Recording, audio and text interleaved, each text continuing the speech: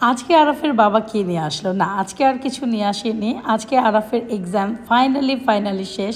আর আমরা সবাই অনেক খুশি, কারণ হচ্ছে কি আমরা টানা একটা সপ্তাহ, মানে বলতে গেলে 2-3 সপ্তাহের মতো যেহেতু আরাফের পড়ার মধ্যে ছিলাম, তো মানে অনেকটা একটা ব্যস্ত সময়। এরপরে আরাফের আজকে যেহেতু এক্সাম শেষ, ওর বাবা সারাদিন ফুল টাইম বাসায় ছিল, ওদেরকে সময় দিয়েছে। তো আরাফের কথাই ছিল যে বাবা আজকে আমাকে বাইরে নিয়ে যাবে আর ও এখানে স্কেটিং করবে। ও খুব ভালো স্কেটিং করতে পারে, এটা কোনো ধরনের কারো শেখানা, নিজে নিজে একা একাই শিখে, মাশাল্লাহ এত ভালো স্কেটিং করে।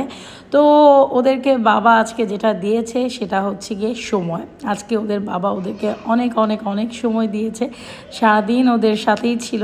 আর ওর মানে আরাফ সাফাত খুব কান্না করে, বাবা তুমি বাসায় সারাদিন থাকলে। দেখা যায় ওর বাবা সকালে চলে যায়, অনেক রাতে বাসায় আসে, 11টা 11:30 12টা। আর বাচ্চাদের জন্য মানে সারাক্ষণ একভাবে একা থাকা খুবই কষ্টের। তো ওরা খুব বেশি বোরিং ফিল করে বা কষ্ট পায় যে বাবা প্লিজ আজকে তুমি বাসায় থাকবে। আর এইদিকে আমার ছোট ছেলে, ও যে প্রান্তে যাবে, যেখানে যাবে, যেখানে সে যাবে সেখানে সে ফুল খুঁজবে, আর কিভাবে ফুল পেয়ে সে আমাকে সব সময় ফুল দিবে। এরপরে ওদের স্কেটিং করা শেষ হয়ে গেলে ওরা গিয়েছে ফুচকা খেতে, কারণ দুজনের ফুচকা সব থেকে বেশি আরাফের ফুচকা পছন্দ। সাফাত আরাফ থেকে দেখে দেখে ফুচকা খায়, কিন্তু পরে আর একটা ফুচকাও খায়, আমরাই খেয়ে ফেলি। তো এখানে আরাফ সাফাত ওরা মানে নর্মালি আমরা অন্যান্য যেখানে অনেক জায়গাতে এই বসুন্ধরার মধ্যে 300 ফিট বা এখানে সেখানে যেখানেই খেয়েছি, আমার কাছে মনে হলো অনেক দিন পরে একটা পারফেক্ট ফুচকা খেলাম। আর আজকে ওরা খুব বেশি এনজয় করছে, বাবার সাথে টাইম স্পেন্ড করছে। বা মানে আর আরাফকে এক্সামের কারণে একদম টাইট করে রাখা ছিল যে কোনো কিছু করতে পারবে না, কোথাও বের হতে পারবে না।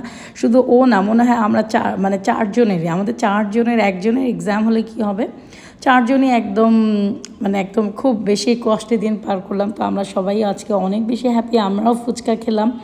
তো এইদিকে চলে আসি, আর গাড়ির মধ্যে ওখানে আসলে প্লেটে ধরে খাওয়া ফুচকা খুবই ডিফিকাল্ট হচ্ছিল। তো এই জন্য ভাবলাম যে আসলে গাড়িতে এখানে রেখে ফুচকা খাই। এরপর ওরা একটু এই ড্রিঙ্কস করলো, মানে ড্রিঙ্কস বলতে মজো টজো এইগুলোই খেলো। যেহেতু এখন ইসরায়েল ফিলিস্তিনের একটা ব্যাপার চলে আসছে, এই জন্য আর ওদেরকে মানে ওই ইসরায়েলের কোনো প্রোডাক্ট আমরা ইউজ করি না, খাই না। আমরা চেষ্টা করি এটা মেনটেন করতে। তো শুধুমাত্র কোক না, মানে দেখা গিয়েছে আগে যে সাবানগুলো ইউজ করতাম ওগুলো এখন আর করি না। তো আসলে কারোই এই ইসরায়েলের প্রোডাক্টগুলো ইউজ করা উচিত না। অবশ্য ওদের প্রোডাক্ট অনেকেই মানে ধারণা যেমন সব কিছুই ওদের ভালো ছিল, কিন্তু ওরা যেভাবে মুসলমানদের উপর অত্যাচার করছে সেই হিসেবেও অন্তত আমাদেরকে এই জিনিসগুলো ব্যবহার করা উচিত না। তো এইদিকে একটু ঘুরে ঘুরে দেখছিলাম বসুন্ধরার এই রাস্তাগুলো, এত ভাল লাগে।